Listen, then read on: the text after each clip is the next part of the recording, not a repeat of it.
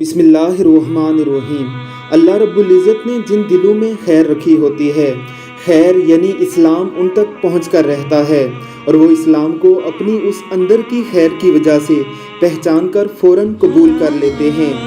یہ اوکاڑا کے 80 ہندو گھرانوں کے مسلمان ہیں جنہوں نے اسلام کی حقانیت کو مانتے ہوئے اللہ رب العزت کے اس دین کو قبول کر کے اپنی جانوں پر بھی احسان کیا ہے اور اپنی آنے والی نسلوں پر بھی احسان کیا ہے۔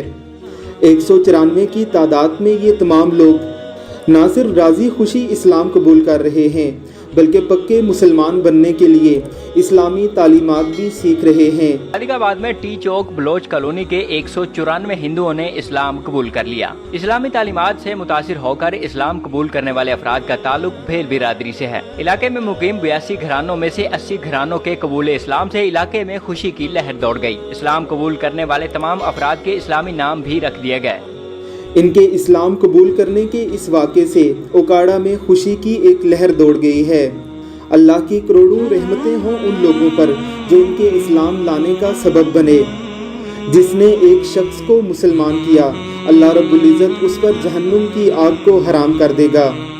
اللہ رب العزت ہمیں بھی توفیق دے کہ ہم بھی کسی کو اسلام کی دعوت دے کر اسے اسلام کے دامن وسعت میں لا سکیں۔